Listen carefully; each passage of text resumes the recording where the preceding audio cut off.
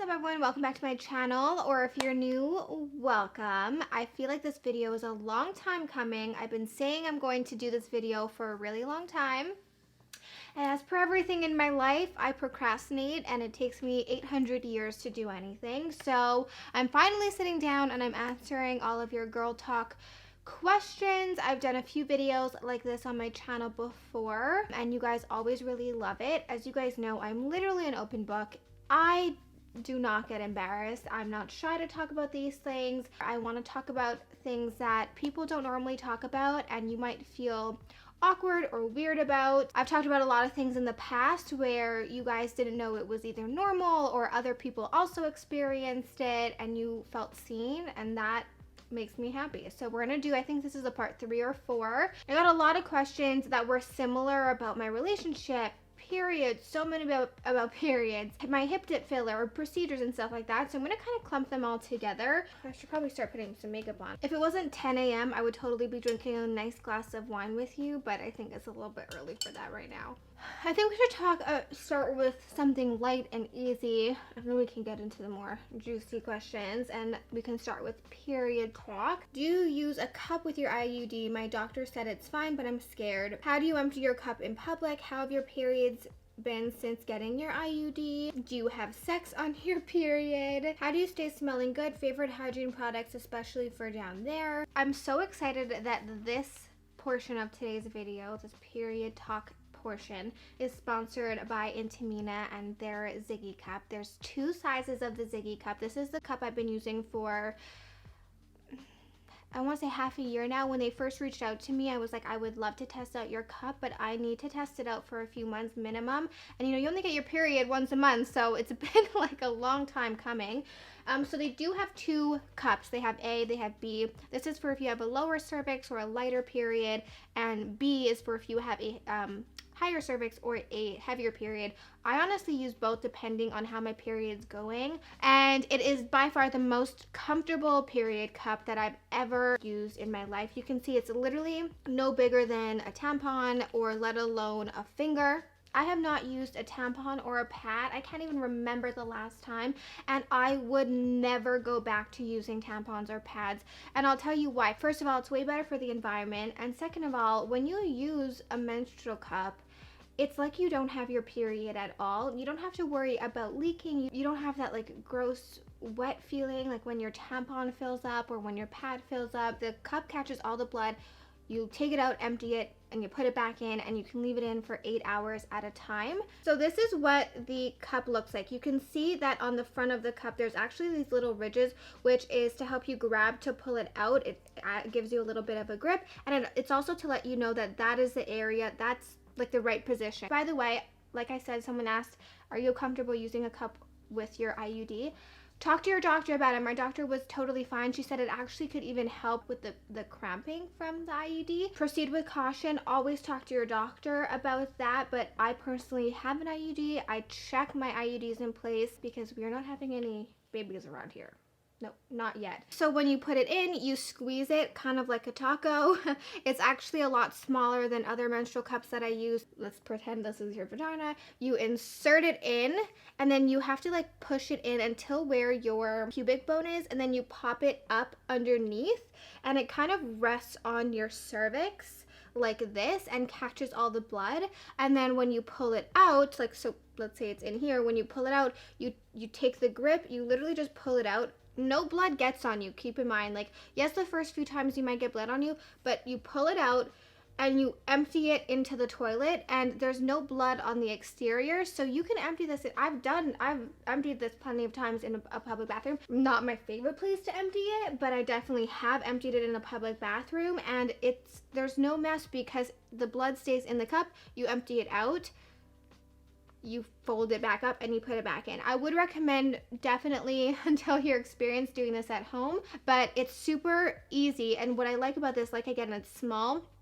It sits on your cervix and catches the blood, so it's so comfortable. You do not feel it at all, and you can have sex with it on your period. Intimina is a wonderful brand. If you are a little wary about starting with menstrual cups, definitely check out Intimina because they really wanted to create a brand with an accessible range of products for women of all ages, no matter what stage of life you're in, before kids, after kids, during menopause. Like, they wanted to create a place that has a ton of knowledge and products for every person in any stage of their life. And one of their main things is that they want to break the stigma about periods and things that people are shy about, like having sex on your period, which I do all the time. My boyfriend's gonna kill me. I do all the time. They want to talk about that. They want to break the stigma. A lot of people don't know that having sex on your period actually helps your cramps. So like, why wouldn't you be doing that, you know? And they wanted to create ways that help women do that, you know, without making a mess. A lot of women are scared of making a mess, or maybe your partner is like scared of blood or doesn't like seeing the blood, which is totally normal. But with your Ziggy cup, it prevents that. There's no mess during sex. So that's a cup I've been using for a while now, and I couldn't possibly think of going back because, like I said, when I have my period, it's like I don't even have my period. I will leave them linked down below and places that you can check them out on their Instagram. They have so much knowledge, and their information that they spread about menstrual health and periods is very helpful. So if you know, never had that talk with your mom or anyone about your period, or if you still have questions, definitely check them out because they have so much information on their website. I got these a long time ago. I saw them on TikTok, these foundations, and I haven't really gotten around to using them, so I think I'm going to use them today. There's a contour, a concealer, and a foundation. I touched on all of the questions I had previously mentioned, but one thing I didn't touch on was cleaning down there, I guess, or like my routine down there. So I used to have a special, like, I would buy those like special soaps for your vagina, and honestly, like, I don't think that that's necessary.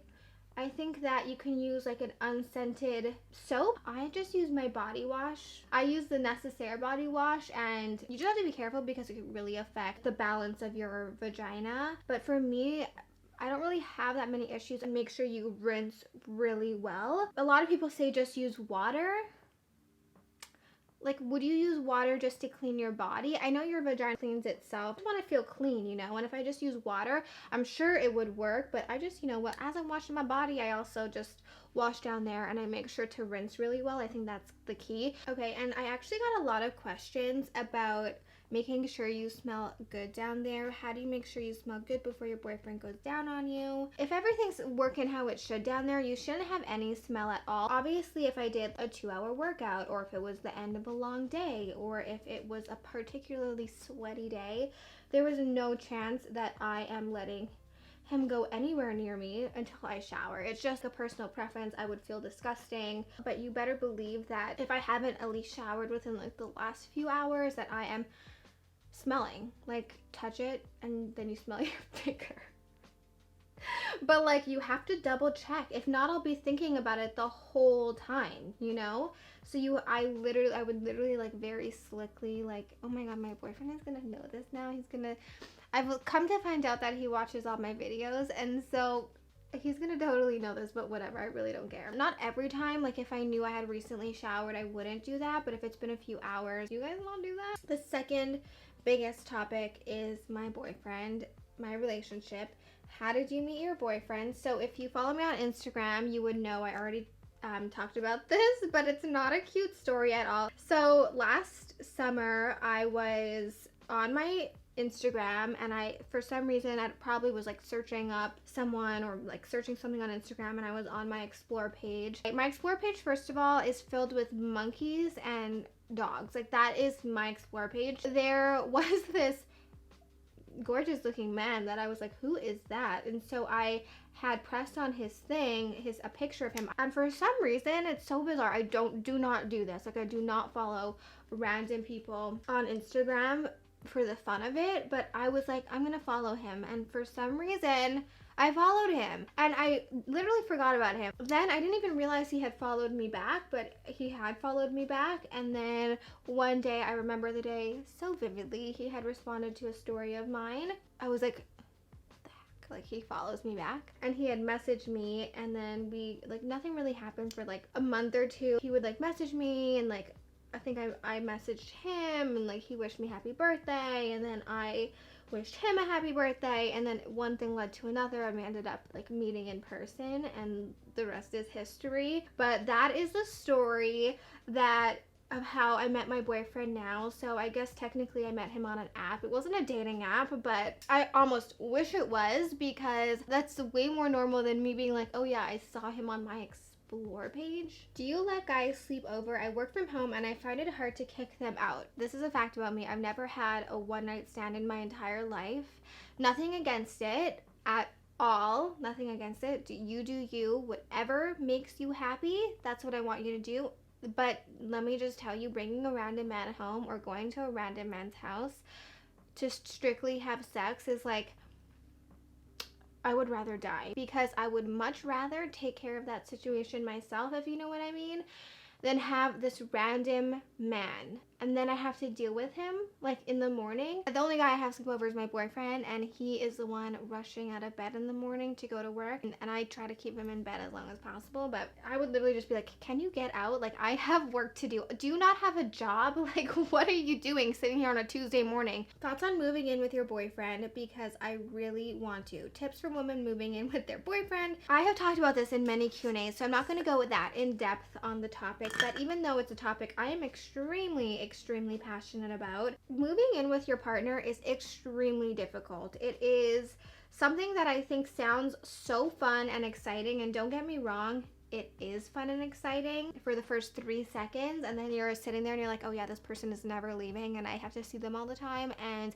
it's, you know, about a lot about compromise. Like, you have to equally share the space. If you're going to move in with your partner, which I guess at one point you have to do, you have to make sure and make it a point that you never feel like roommates and you never get to that roommate stage. So it is so important that whatever you were doing before you moved in together, when you were so excited to see each other all the time, and when you were going on dates and when you were doing fun things together, it is so important that you continue doing that after you live together, because it is so easy to fall into that roommate mentality. You're spending so much time with that person, but if you're in the same house, if you are sitting on the same couch watching TV, it's not really like a date. So you have to still, if you are going to move in, you have to make sure to plan and continue to plan dates and make it exciting. There's so many questions like this. How is sex life with your new boyfriend? Do you still not desire it as much as before? How to help with an awful sex drive? I know you mentioned the same thing. I remember you said your sex drive was low with your ex. Is it better with your new boyfriend? So this is something I'm very passionate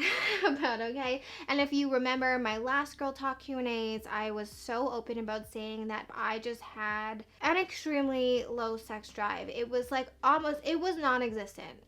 That's a lie, because I still like use my own toys, if you know what I mean. But in terms of wanting to have actual sex, I could go the rest of my life with not having it. I keep forgetting I have to do my makeup at the same time.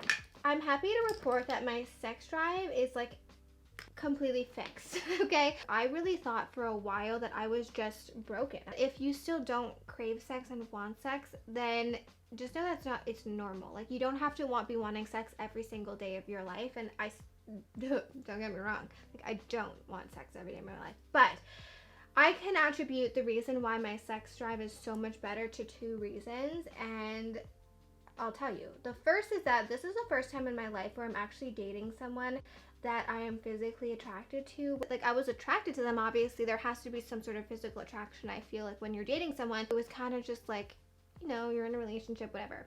This is the first time in my life where I'm dating someone where I look at them and I'm like, I get to have sex with you. Like, sometimes I'm like just looking at him and I'm like, how can someone be so beautiful? And so that does help. Let me just tell you, that does help in making you want to have sex with them, like when you're just like very physically attracted to them. So that's definitely the first thing that I noticed. And the second thing is my sexual desire, or how much I want to have sex, it really starts outside of the bedroom. For women, I feel like honestly sex is so much more mental than it is physical. If you're just sitting there watching your boyfriend like play video games all day, not be helpful, not taking you on dates, have no motivation, not being a gentleman, not being sweet, not really doing anything, you're not going to want to have sex with them. And that's what I think a lot of guys don't understand. And again, this is like completely different than any relationship I've had in the past. My boyfriend now is literally the biggest gentleman. I swear I've not opened a single car door while I'm with him since we started dating. He plans dates. He's the sweetest. He showers, which you would think would be like a common thing, but if you remember one of my boyfriend horror stories, you know, I dated someone who like literally refused to shower. His personality is just one that I'm very attracted to. So again, it starts outside the bedroom, but overall, I'm happy to report that my sex drive is, I don't want to say fixed, but I feel like I kind of like figured out why my sex drive was so incredibly low. I was just dating people I didn't want to have sex with. There's definitely other reasons why your sex drive would be low, like whether you're on a medication or your hormones. So I'm not saying that this is the answer, but for me, it really just came down to the person that I was dating. I feel like it's so normal also, like women feel so pressured to constantly be having sex, and at least I know in my past relationships it was such a big issue where my boyfriend at the time would be like, you never want to have sex, like no, I always have to ask. And in the end I was literally like, but why would I want to have sex with you? You are doing nothing for me to be sexually attracted to you. Why would I want to have sex with you? Because you have a penis? I'm sorry. That's the bare minimum. Thoughts on having crushes while being in a relationship? And then, do you consider looking or flirting with others cheating? For example, servers, bartenders, etc. So let's be real for a second. We're all human beings. It would be crazy for me to think that my boyfriend would never see another woman and think, wow, she is a beautiful woman. And I would probably be looking at the same woman and being like, wow, that is a beautiful woman. And that is completely normal. I definitely don't think you should be flirting with servers or anyone. I don't necessarily think it's cheating, but I wouldn't want my boyfriend flirting with anyone. Unless you would do it in front of your partner, don't do it. That's like the rules I live by. I've been dating my high school sweetheart for 7 years and I just can't get myself to commit to marriage.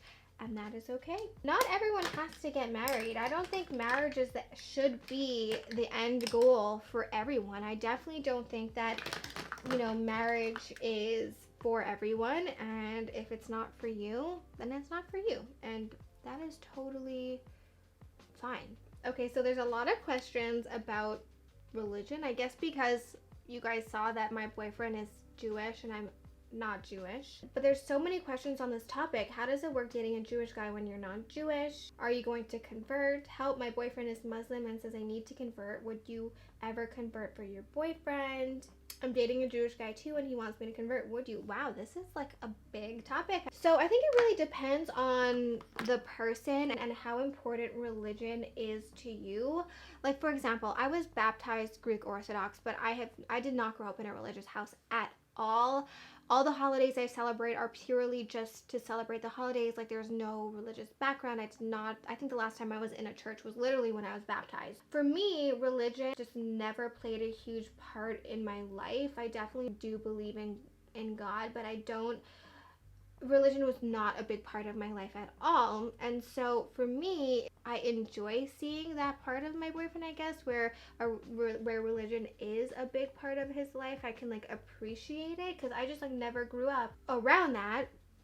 But with that being said, like I don't hold these strong like religious beliefs in my heart that are so meaningful to me. So in the case that it was super important to my boyfriend, because I don't have that, I guess I would, but that's just because for me, it's not, my religion isn't super important. If that's something that's important to him, I would. But again, you have to look at it from like where you are. I don't know how religious you are. I don't know how important religion is to you and your family.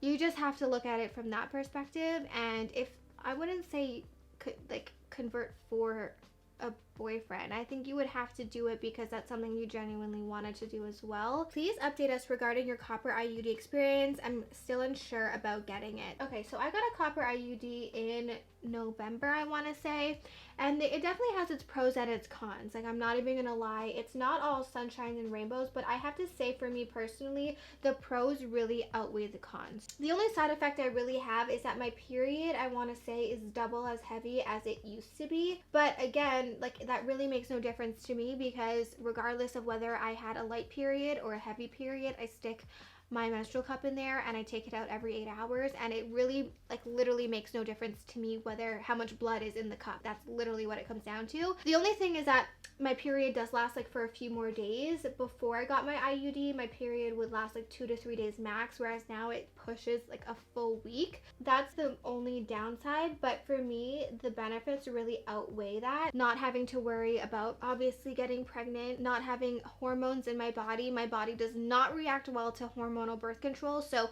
that is a huge benefit. What made you decide to get hip filler? I never knew about it until now. So I got a lot of questions about hip filler. I was gonna do a whole video about it, but like I said, whenever I talk about this, for some reason, I get so much hate.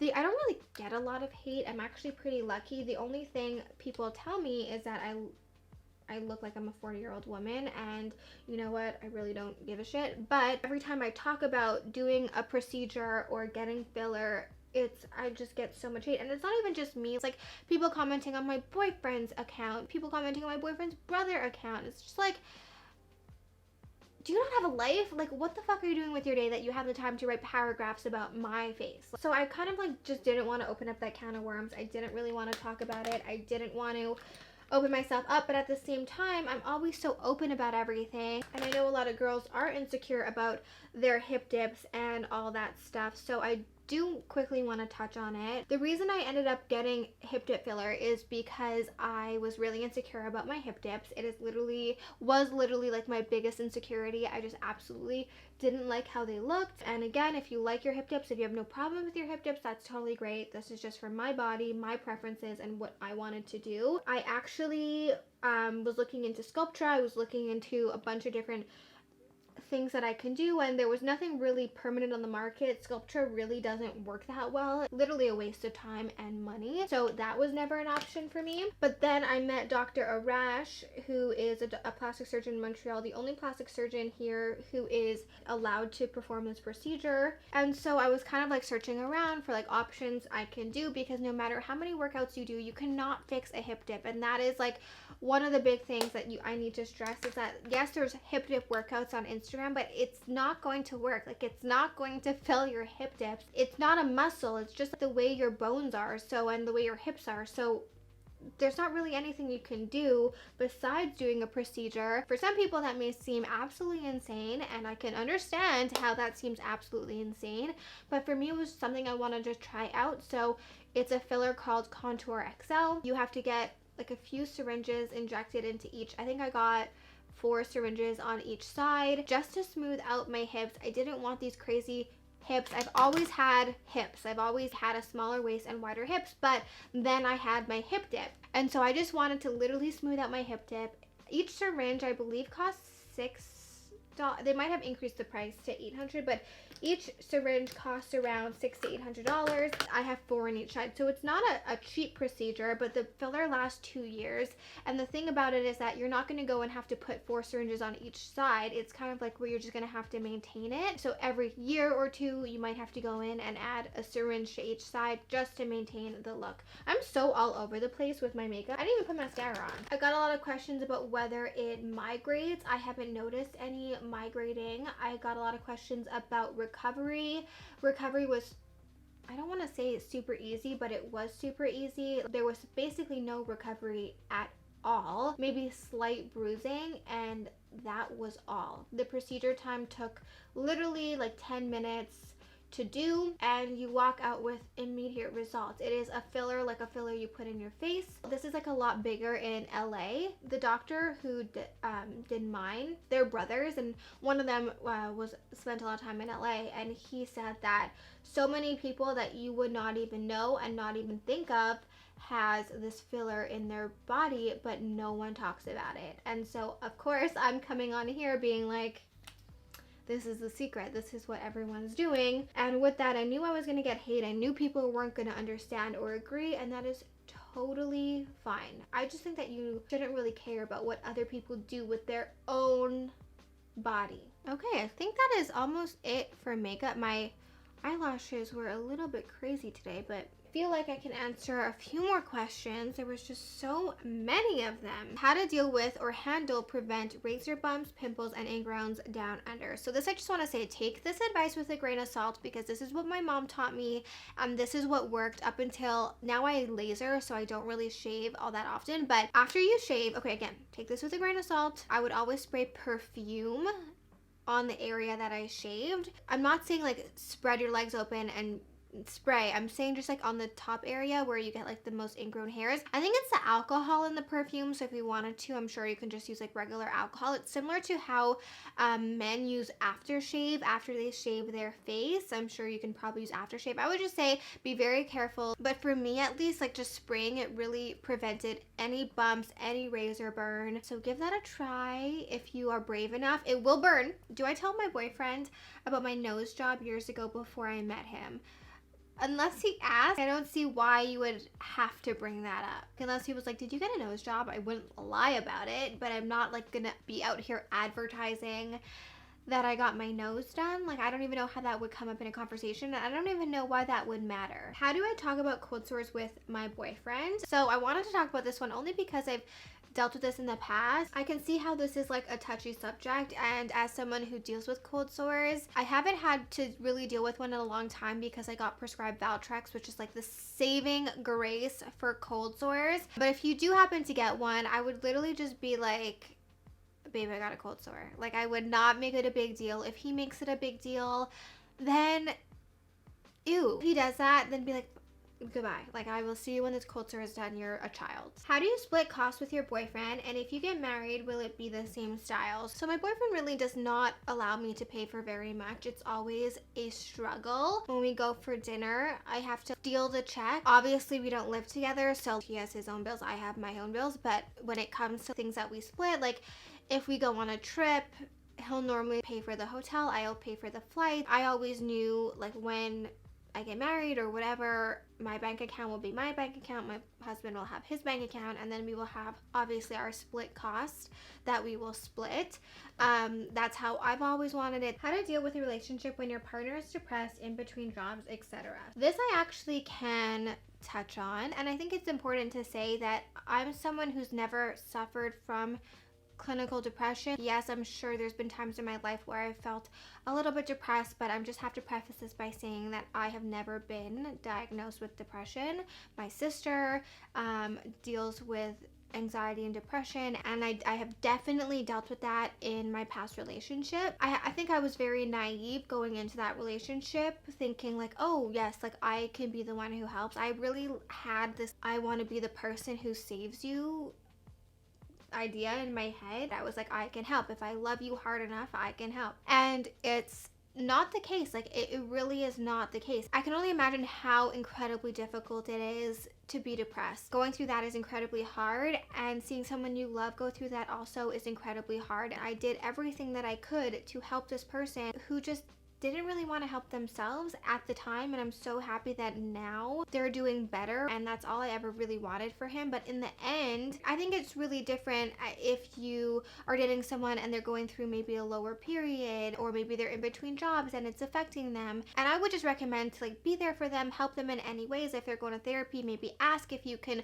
go with them and see if there's ways that maybe you can help them. At the end of the day, you also have to think about yourself, and if after you go through everything, you try and the person you're with just doesn't really want to help themselves, and it's starting to affect your mental health, or it's really affecting your life, that's when you have to take a step back and selfishly think about yourself. Now, I'm not saying that this is after a week, month, or 2 months, or 3 months, but if it's a long period of time and they're not doing anything to necessarily help themselves, you want to be as supportive as possible, but in the end, you also have to think about yourself. I would never want someone to give up on me, and I would never give up on someone who's trying to help themselves. Let me know in the comments down below. Again, I'm saying this from the perspective of someone who's not depressed in a relationship, and maybe you can offer your help and your advice in the comment section if you are on the other side, or if you are even on this, like the side that I was on, if you have dealt with it in the past. Because for me, ultimately, after so long of trying, I got to my breaking point, and it was like like so negatively affecting my life and my mental health that I was like, I need to step away from this. All right, you guys, so I have been talking for so long. I feel like I've talked your ears off. I hope I answered your questions. If you have any questions you're comfortable asking down below, definitely leave them and I will do my best to answer all of them. I will leave the Ziggy Cups link down below as well. Thank you again so much, Intamina, for sponsoring a portion of today's video. I hope you guys have a wonderful day or night depending on when you watch this, and I'll see you guys